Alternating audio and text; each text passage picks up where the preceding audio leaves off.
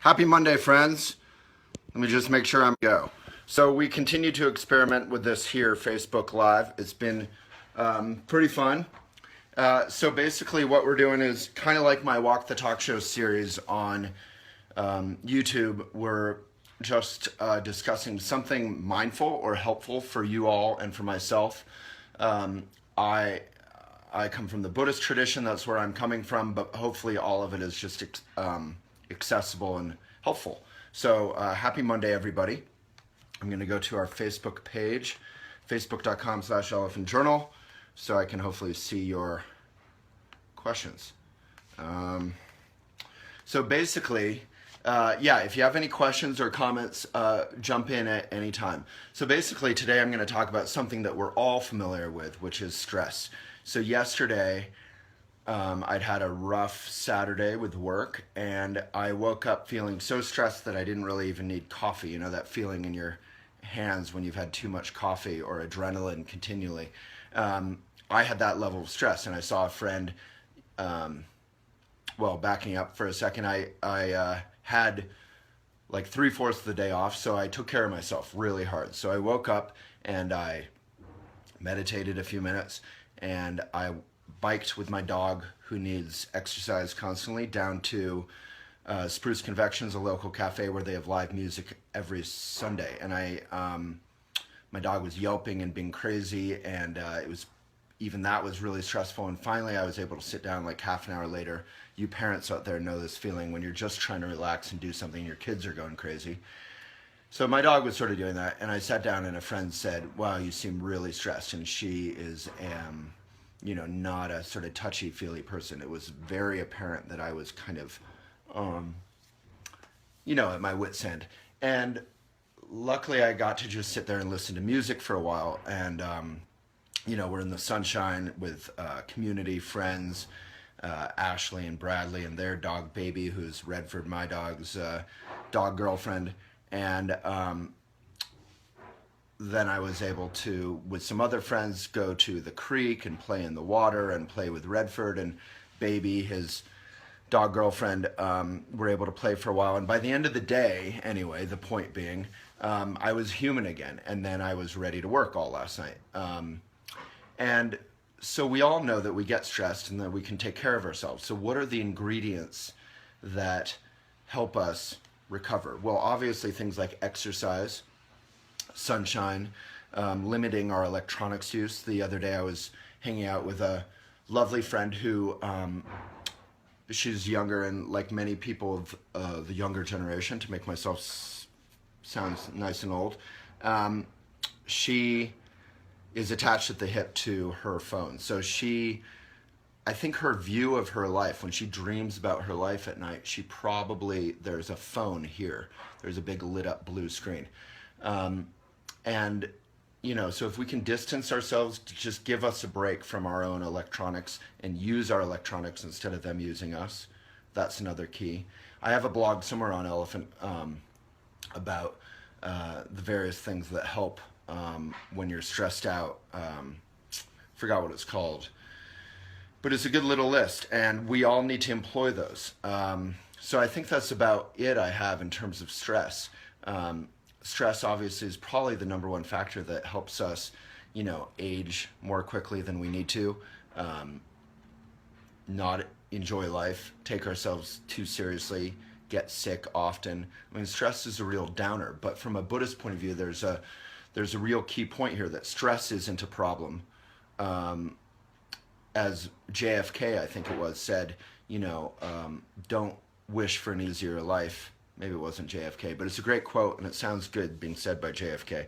He said, don't wish for an easier life, wish to be stronger and more capable. So from a Buddhist point of view, stress is not the problem. Stress is part of life. It's going to happen every single day. So a lot of New Agey people would say stress is bad, push away stress, get rid of stress. Ironically, that's sort of a cliche British notion of, stiff upper lip and suppress any kind of emotional stuff, just keep it down. Well, as any Therapy 101 student in college can tell you, that doesn't really work. So we have to embrace our stress and just heal it, solve it, work with it. Whether it's, again, exercise, limiting electronics use, getting in sunshine, connecting with community. These are the things that help me. So maybe if you all want to contribute anything that helps you in your experience, or if you have any questions around stress, go for it. Not that I necessarily have the answers, but it's been fun to have conversations so far. We've had a couple hundred comments on our last couple, and I guess that's what we're trying to do. So as you can tell, I look super wiped out. I worked until almost midnight, and then it takes me a while to kind of come down from work. And just running Elephant Journal's social media, kind of working with you all. So we have people all over the world, Elephant, who work different shifts. I handed the baton of working with you all off to dear Sarah Kolka, who lives in Australia. So Laura G. Williams, it's a familiar name. Time with my dog, best for stress beating. Yeah, cuddling or whatever with your dog, playing with your dog, it kind of brings us back to being kids. And yeah, nothing's better than hugging a dog. But as I said, dogs themselves can be stressed out. So Elephant just left a link about stress. Let's try and leave blogs that I've written, unless it's an author who I'm in love with. I very specifically want to talk about stress in a mindful way, not in a how to switch the channel. That's not the message I'm going for. You can actually embrace the channel of stress and then heal that. And that's called Maitri, M-A-I-T-R-I. Hello from Delaware. Yeah, if you can, say where you're from. Time with nature, enjoy my flowers and garden. Almost nothing, as all of you know, is better than kind of physical things when you're stressed out, whether it's like a sauna or a bath, reading the New Yorker, gardening, cooking, things that really engage our kind of body, mind, and resynchronize them. Rebecca Chapman, UN, comments today. Thank you so much. Yeah, I wrote a book called Things, and she sweetly said, I read things. So I wrote a book called Things I Would Like to Do With You. Rose, hello from London. Hello from Boulder. What time is it in London? It must be afternoon. Aloha, Long Beach, California. Wow, this is cool. Houston, Texas, running. Yeah, I just went for a run. Sadly, I didn't have much time to run. I ran to a cafe and back with my dog. But even that was enough to get my heart going, and, dunked my dog a couple times in the creek, and, looked at some flowers and kind of became a human again. Hey from Dallas, I love all of this. Thank you. Elephant just left a link to Maitri. So that's a good blog. But I wrote a blog called something like 6 Salves for Everyday Stress or something. I can't remember. That's my fault. I'm not being specific enough. Megan, hello from Seattle. Gardening, art, sitting outside, something in the morning rain or shine. Wow, this is awesome. Chico, upstate New York. That's where half my family is from. Jenny, from Croton-on-Hudson. I've actually never been. Embracing the feelings and reaching out to friends helps to let stress go. So let's all give Connie a like if you feel like it, or a love, or a hug, or a comment. I love her comment. Laugh a lot. Embracing the feelings and reaching out to friends helps to let stress go. That's what Trungpa Rinpoche, my parents' Buddhist teacher, talks about as bravery. So we're not gated community pushing everything we don't like out, which obviously can extend to human beings in our own life. We don't like homeless people, let's get rid of them. We don't like this, we don't like that, get rid of them. Instead, we embrace the difficult feelings in our lives. But then we have to know what to do with them. So we have to breathe deep. We can do meditation practice. Maybe let's try a couple minutes of meditation and leave your comments or questions. So please join me if so inspired. Take a good posture, best posture you've taken all day. Shoulders up, back, down, heart open, strong spine. Your eyes are going to be open in this particular meditation practice. You can look down about 8 feet. If you're at work, you can do this. It'll just look like you have really good posture. And then relax your good posture. So you don't have to slump, but you can just kind of relax within that good posture. Follow your breath in and out. This is just your natural breath in, out. Your hands are just open, flat on your thighs. Then pay particular attention to your out breath.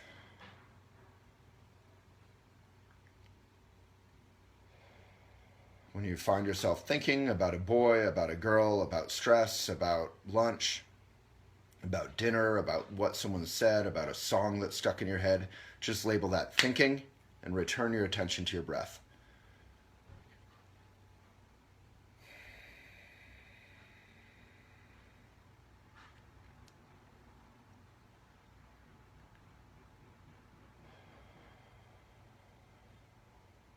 If you feel bored, if you don't know what's going on, label that thinking, return your attention to the breath.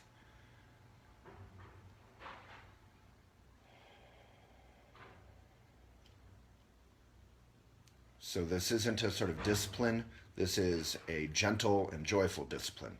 So gently, I'm thinking, return your attention to the breath.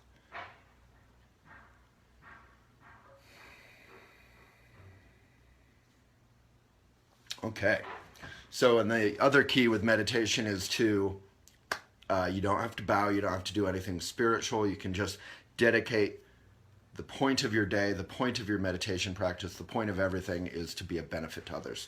So if you tune into a lot of these, you'll hear a lot of the same things, which might elicit something I'd love to talk about called boredom.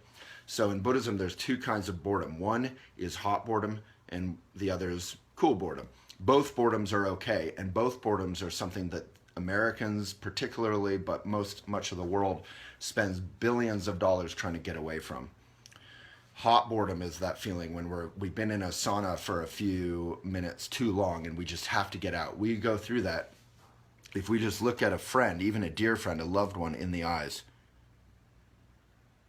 without talking, we might get into hot boredom. You know, like, what do I do? Fidget, I'll get my phone out. Things get awkward. That's okay. You can, again, breathe through that and relax into cool boredom. Cool boredom is that feeling, as I just said, of when you can relax fully into cool boredom, that feeling of being on a hammock, reading a book, that feeling of being with a loved one, and when you're in love, when you're in bed, you're just looking at their eyes, that feeling of being completely present when you're eating some good food. That's cool boredom.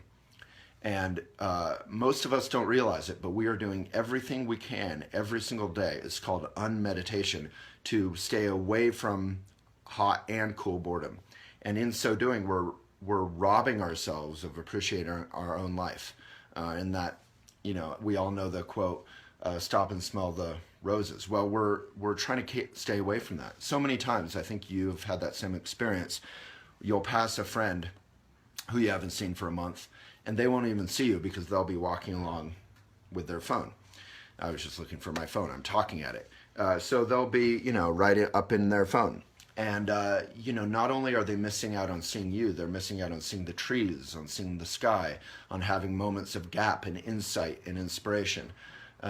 Many of the world's great ideas, if you're an entrepreneur, allowing a gap in your daily life instead of filling it with entertainment, Netflix, phone, whatever it is, those gaps are when the mind relaxes and can kind of creatively, almost as if it's being massaged by space, it can have moments of breakthrough and insight. This is what I should do with my work. And then it can, you know, help you get through any business challenges. So all of this is really practical, basic stuff. It's not airy-fairy, love and lighty. Alrighty, let's go over a couple questions. 6:08 p.m. in the UK, or whatever it's called these days. I think it's going to be called England pretty soon, right? After Scotland and Ireland leave you because they want to be part of the EU. Tough times over there. All right. Just catching up on comments. You can say how mindfully you are dealing with Brexit if you live over there. All right. From Corti, our dear webmaster, who tried to work with her stress in a Maitri-ish way, except I kept interrupting her on Saturday because our site was having some issues. So thank you, Corti. The beach and feet in the sand and the vastness of the ocean. Luckily, we live about 2 miles from it. Wow, that sounds amazing. Yeah, here in Boulder, we get to run up into the mountains. We don't have much water. We have the creek. We have little farmer's ditches. But the mountains are our ocean. All right. Let's see. Embracing the feelings. Hello from upstate. Chico. From Susan Magara Bonanno. It's quite a name.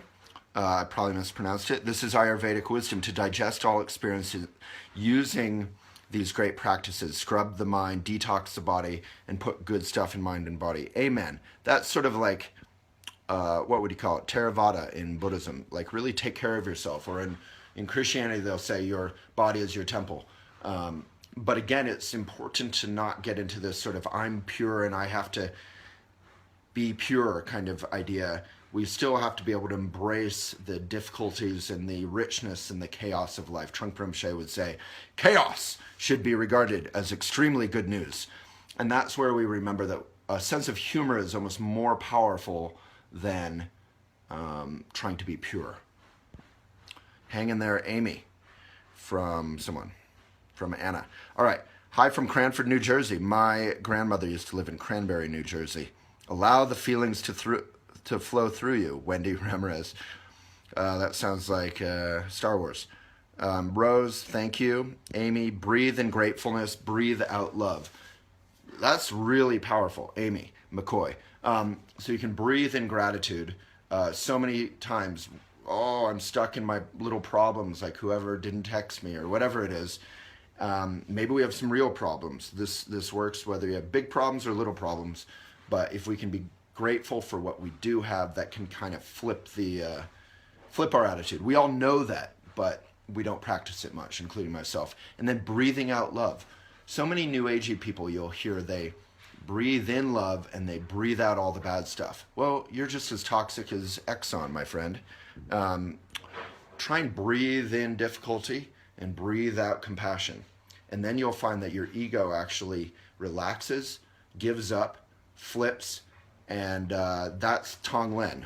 Ashley, you could leave Tonglen article that I wrote in the comments. So you can practice Tonglen. Only practice Tonglen after a couple minutes of meditation that we just practiced, and then before a couple more meditations. So it's a meditation sandwich with Tonglen in the middle. If you have no idea what I'm talking about, read that blog. It's in comments. Tonglen. Michael Ray Falner Onzo. Great names today. Hi, Waylon. Do we need to stay out from people who are not interested in us, or do we need to still try our best to reach out? Michael, that's a great point. So yeah, you can be there for people. I don't quite know what you mean. People are not interested in us. If they're difficult people in our lives, it's important to relate to them openly, and with some kind of in our meditation practice, open heart but strong spine. So we're not weak, but we're open. And but if they're really nasty, horrible people, then we can let go and we can just kind of move on. I wrote a blog called 7 Good Reasons to Unfriend Someone on Facebook. There are times, which we can leave in comments, there are times when it's okay to just part ways with someone. That blog I wrote isn't that good, but you'll get a gist of it from me. All right. Thank you, Michael. Susan, to be still, to stop doing, just being. Yeah, you can stop doing, but you can also do less while doing. So you can walk and just look at the clouds. And you know how when you were a kid, when I was a little kid, I was fascinated with everything, every little detail. And that's, kids are like, why this, why that? And you're just so present. It's incredible. I rarely feel like that now, which is a little sad. All right. Emmanuel, what is the topic of today? Who are you? Thank you, brother.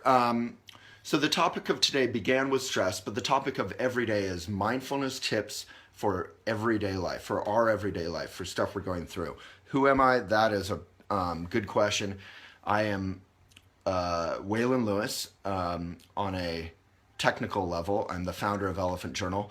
On a philosophical level, I have no idea who I am. All right, Luis, namaste.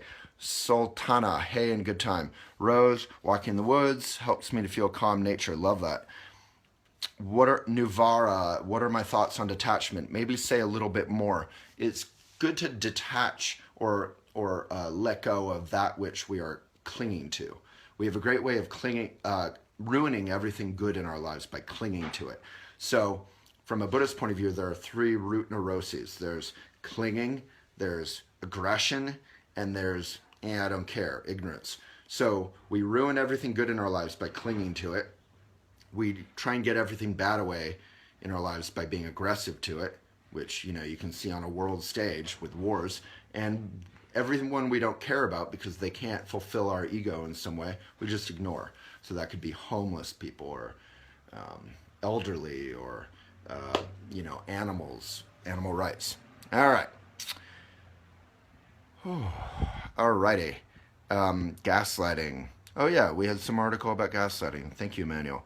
Yeah, there's that quote. What do I think of empaths? Fernando Castaneda. Where are you from? We have a lot of articles on empaths. I'd never really heard the term until I read it on Elephant Journal. It seems to be a hip new term. Narcissist, empath. Empath, I think, it means that you're incredibly empathic, feeling that you take everything in, maybe too much in. And I think all of us, hopefully, are that way.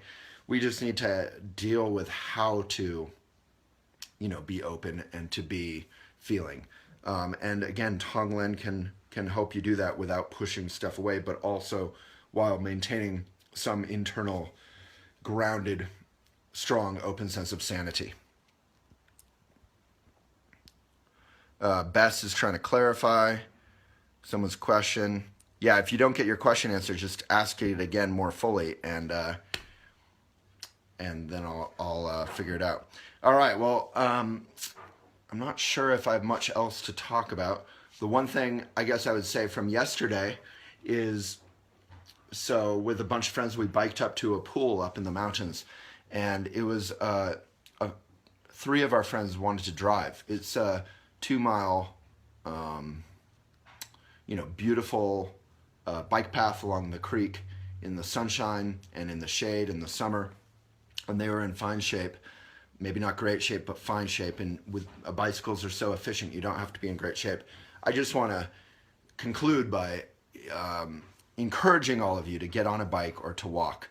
That's another amazing de-stressing mindfulness tip, is to just move your body. Get out of the bubble of your car. You're just bubbling your own life.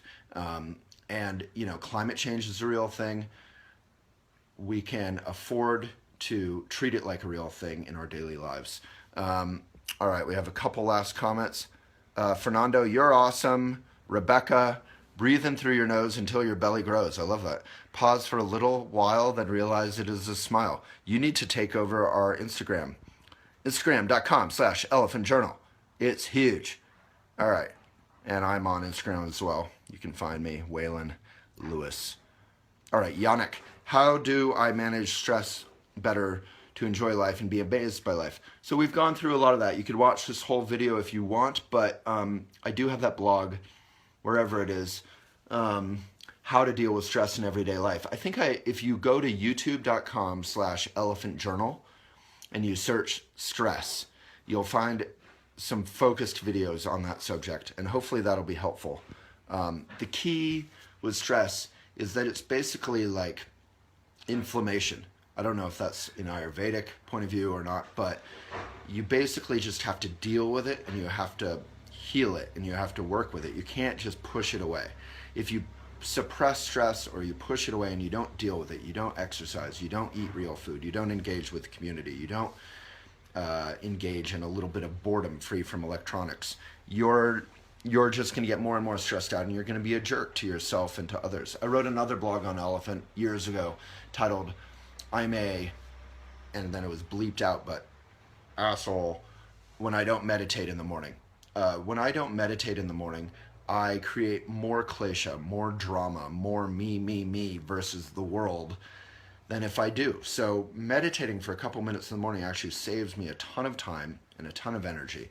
And then I can be a jerk in a kinder way if I'm angry about something, in a more constructive way, both with myself, which is Maitri, and with others. Travis May is our editor. He's in Florida. He's a great guy.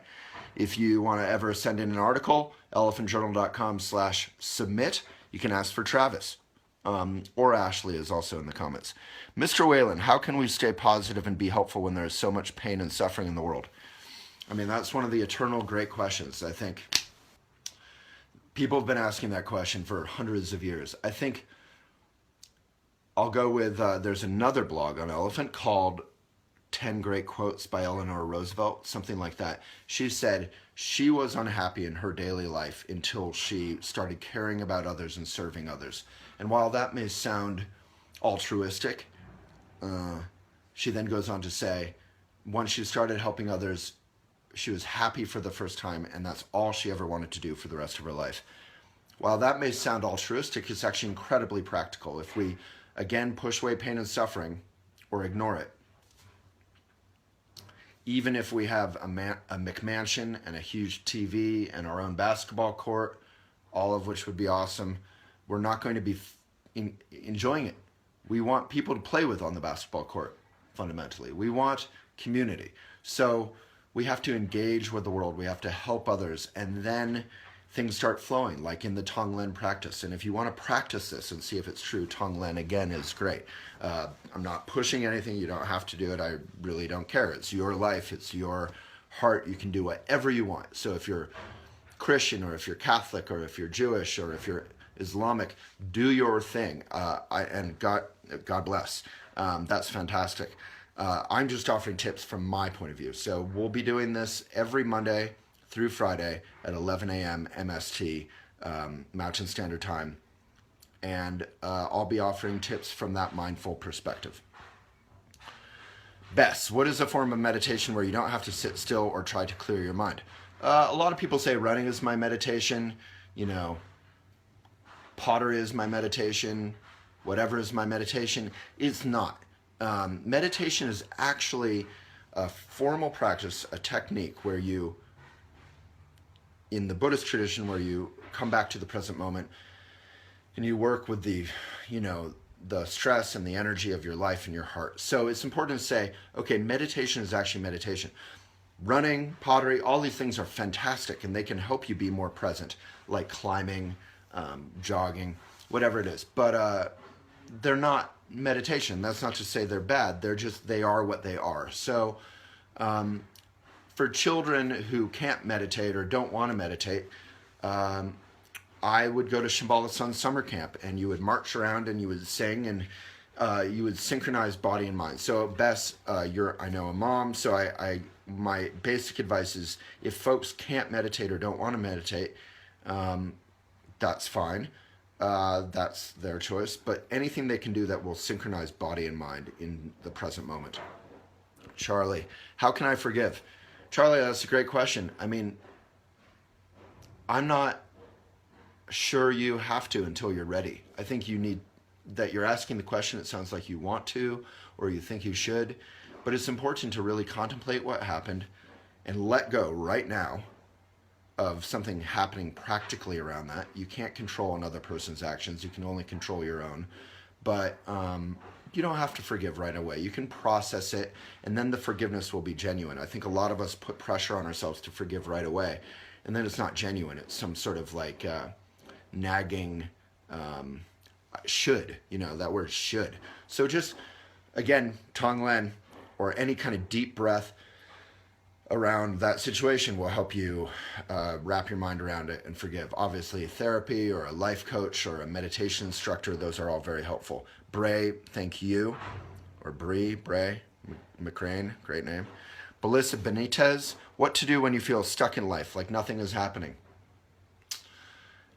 That's a fantastic question. I mean, so my meditation instructor, Frank Berliner, always says moreover. You need to be more over it. So if you're stuck in it, like when I lived in Boston, I worked full time, and I was super broke. I made $8.50 an hour, and I could never quite pay for anything, and I could never do what I wanted to do, which was writing or helping others. And I just worked my job and then was broke, and had a little fun and worked my job and was broke. And at some point, you have to kind of remove yourself from that situation, from the habit trail of your life, where you're just going around and around and around, like the hamster wheel.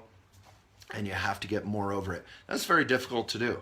On the other hand, if nothing is happening, that could be a good thing, and you can relax into that. Sometimes nothing happening, like a Calvin and Hobbes summer, relaxation that just goes and goes and goes, is by far the best thing ever. So if it's nothing happening and there's something that you can settle into, that's great. But if it's nothing fruitful happening, then maybe you need to more over it.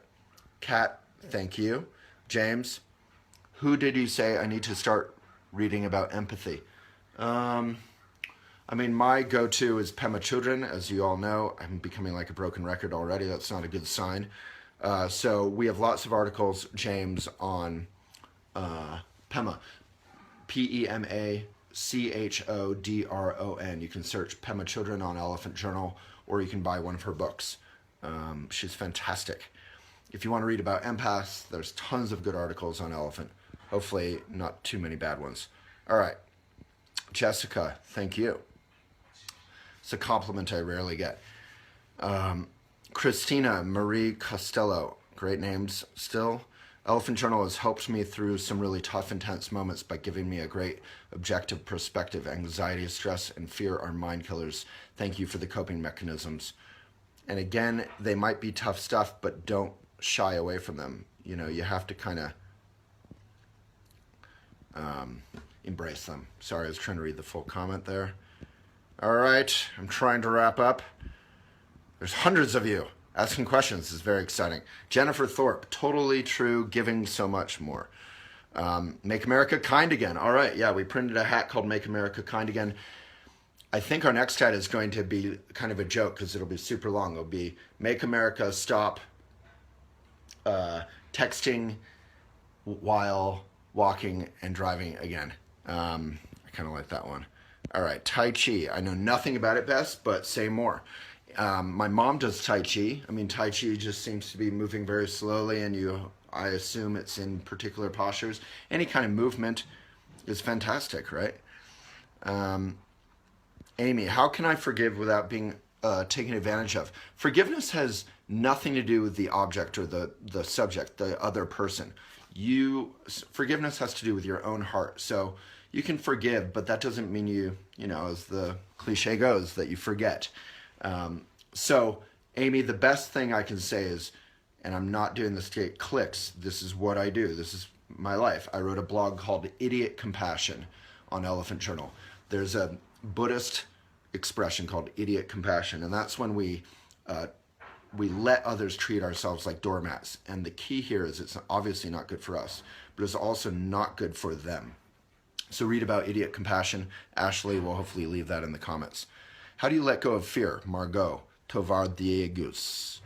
Excuse my pronunciation. So fear, you don't really let go of it. You have to embrace it. It's like when you're nervous and about public speaking.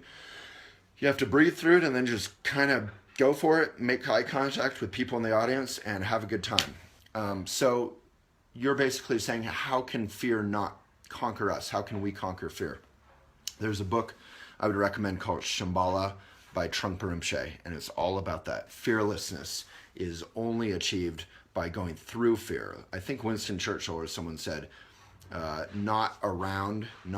can't go around something, you have to go through the fear, and then you can relax with it. It's kind of like in Harry Potter. Pema Chodron, Harry Potter, Trungpa Rinpoche, you know. Best question yet from Cole. How do I get up and go to work without killing someone? It sounds like you might be a little bit frustrated, but you said LOL at the end, so you still have a sense of humor about it. Yeah, I mean, if you're frustrated, you know, the number one thing I learned from my dog is that being angry or frustrated doesn't help. It's not that I don't have good cause to be angry and frustrated. My dog is running across the street, nearly dying, getting hit by a car, or my dog is yelping and bothering everybody. It's understandable whether you're a parent or a dog owner or a human being going to work and being irritated with people that you might be angry sometimes. But the way to change that, like with my staff, if I find a mistake or if they find a mistake with me and they're angry at me, just yelling at me just makes me defensive, and it makes us on opposite sides when really we're on the same side. So you have to figure out how to be constructive in your anger. And then anger can be a tool of breaking through and communication and heat without the kind of meanness and the cruelty. Mean people suck, as they say. Jennifer Thorpe on forgiving asks the question, how much power are you willing to give negative? My objective is I'd rather be happy. Well, happiness can be a very selfish thing. So genuine happiness includes other people's happiness. So yeah, if someone's really malevolent and cruel, that's pretty rare in life that they're just a bad person. Then, yeah, you should maybe keep them out of your life. But generally, we need to work with it, and that's why relationships are so powerful. And such a big part of Elephant is that relationships are one of the most powerful and humbling spiritual paths.